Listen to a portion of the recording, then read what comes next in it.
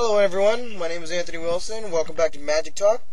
A couple things to cover today. First, we're going to keep talking about spoilers from Scars of Mirrodin, and after that, we're going to be talking about the Starcitygames Open Series in Baltimore this coming weekend. Kind of excited about that. Going to be talking about what the metagame might look like and show you what I'm going to be running. So let's get started, shall we? First thing we're going to take a look at the spoilers.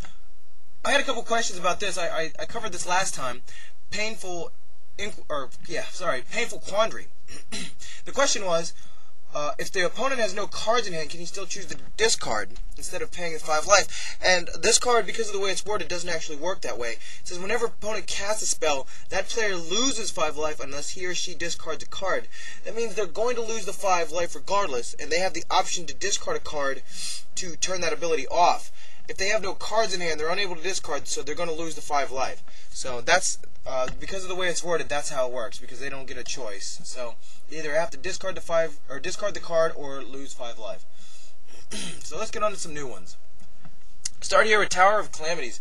I think this is going to be rocked on EDH tables all over the place. The ability to do 12 damage to your opponent each turn is really cool in EDH, and I think a lot of people can find a way to take advantage of this. I don't see it having a lot of competitive applications, maybe in some kind of a control deck for late game when they have the 8 mana to pay at the end of turn. So it is possible you could be seeing this in some kind of control decks, but I think it's just going to be mainly in casual decks. Here we have this armor here, which actually I think is really awesome.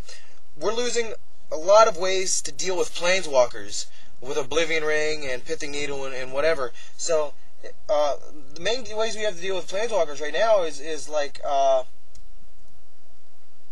Hexmage and a couple other cards. But this is another way, a makeshift way to deal with planeswalkers. No, it's not very good, but hear me out here.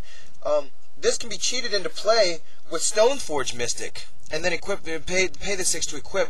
So you can search for this, drop it into play with Stoneforge Mystic, equip and start swinging.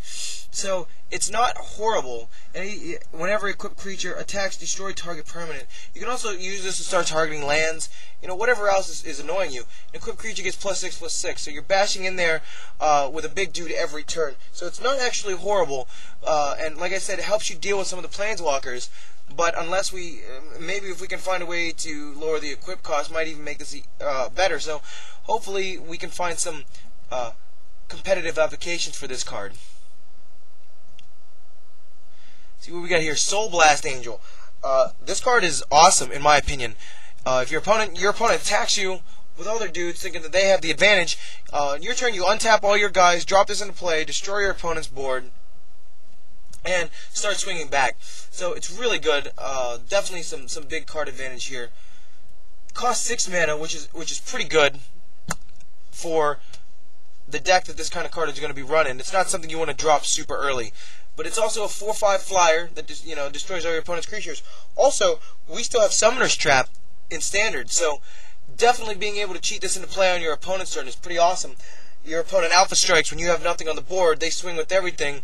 Before damage, you can Summoner's Trap, hopefully hit this dude and throw it into play on their turn. So really good there, and hopefully we can see more of this card seeing a lot of Standard play.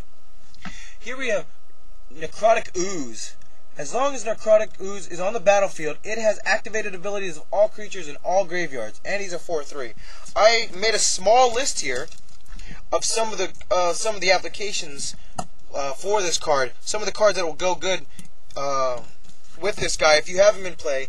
I made a list of creatures with activated abilities, and just give you a small list of ideas of the potential of this guy. We have Royal Assassin, Yantuko Shade, Sphinx of Magosi, Birds of Paradise, or any mana-producing creature, Ancient Hellkite, Inferno Titan, Obsidian Fireheart, Stoneforge Mystic, Deathless Angel, Steel Overseer, Koldatha Forgemaster, Skithirex, Palladium Myr, Myr Galvanizer, and I'm sure the list goes on and on. That was just a short list of cards that I made that have activated abilities to make this guy useful. So And he's only 4 mana, so definitely get out there and try to make this guy good. This card screams to be good for some reason.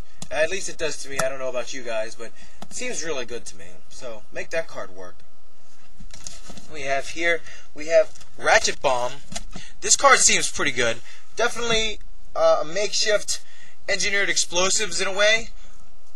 Definitely good ways to cheat counters onto him and keep untapping him with Voltaic Key. So the card has a lot of potential to be a board sweeper there. So I recommend picking up a set of those. They'll be coming really handy. What else? Oh yeah, Darksteel Juggernaut. This guy seems really good. Power this guy out early using Mox Opals and Overflowing Chalices, and just start swinging with this guy. I mean, for 5 mana, his power toughness is equal to the number of artifacts you control, and he is indestructible and attacks each turn if able. So seems really good to me, being indestructible and all. And definitely gets really big considering a lot of the cards we've seen already in this set. So definitely pick this dude up and, you know, like I said, power him into play and start swinging. I mean, there's not really much to him. Very basic like that. And hopefully he'll win you some games. Definitely a big one in Limited as well. This guy is definitely a limited bomb. So look out for that guy. Not bad here. This guy is definitely a limited bomb. 3/3 for 4 mana. When he comes into play, destroy target artifact. So if you're playing Limited in the sealed or pre-release in the release event, if you have this guy, find a way to play him. The color's only 1 red, so definitely splashable, and he's going to hit pretty hard in Limited. So I highly recommend playing this guy in Limited, and maybe you'll even see some standard and competitive applications in Constructed and whatnot. So definitely some potential here for an amazing card. A Riddlesmith, all these Smiths that they have Ember Smith and Pain Smith and all these other cards that have an effect when you cast an artifact card. I think they're all fairly decent. Definitely something to toy around with in Constructed.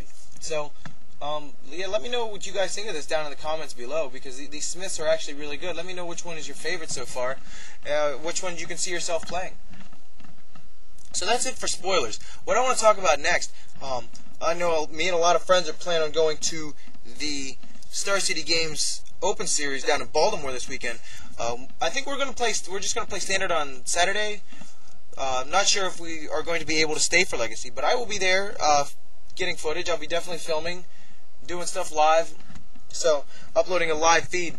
So if you're going to be there, just look for the guy with the tiny red camera. That's probably me. But if you want to check out what your metagame is probably going to look like, a good place to start would be to check out the national results that just happened recently. So here's what the U.S. Nationals top 8 look like. So you can plan on seeing some of these decks there. Probably some Dredgevine, some Pyromancer's Ascension, Bant, Red Deck wins. Very popular decks here in the United States. But like I know Japan has a lot of popular decks. Definitely seeing some Jund and some Bant here, and Red Deck wins. So be on the lookout for these kind of decks. I don't have time to go through every single one of these deck lists and talk about them. Maybe in the next show. But I will post the link to this site. I use deckcheck.net. Very helpful. I will post a link to this so that you can take a look at some of the decks that are going to be in the metagame. So hopefully I'll be able to help you out there, and you can take a look at what you're going to be able to play against and build accordingly. As for me, here's an idea that I had to play. This deck started out as pure fun and actually turned out to be really decent and beating some of the Tier 1 decks. So I was very surprised at its results, beating Naya and Red Deck wins and similar very aggressive decks. Haven't really tried this out in the control matchups yet. So maybe if you guys want to help me out here, proxy this deck up or build the deck if you have other cards. It's not expensive. And let me know how it works for you. Play test it against all kinds of other stuff. The idea behind this deck is it's artifact control. Obviously being inspired by Mirrodin coming out soon, I thought I'd toy around with a casual deck with artifacts, and it turns out to be very, very competitive, extremely hard to beat. So, definitely don't have time. I don't have time to run down through the lists right now, but I will be posting the deck list down in the description. And if you have any comments about it or any questions about it, feel free to leave them in the responses below, and let me know what you think. And if you've been playtesting with it, definitely send me a message or leave a response and tell me how it's working out for you and its matchups and stuff like that, and some changes that should be made. So that's the show. I hope to see you next time, and thanks for watching.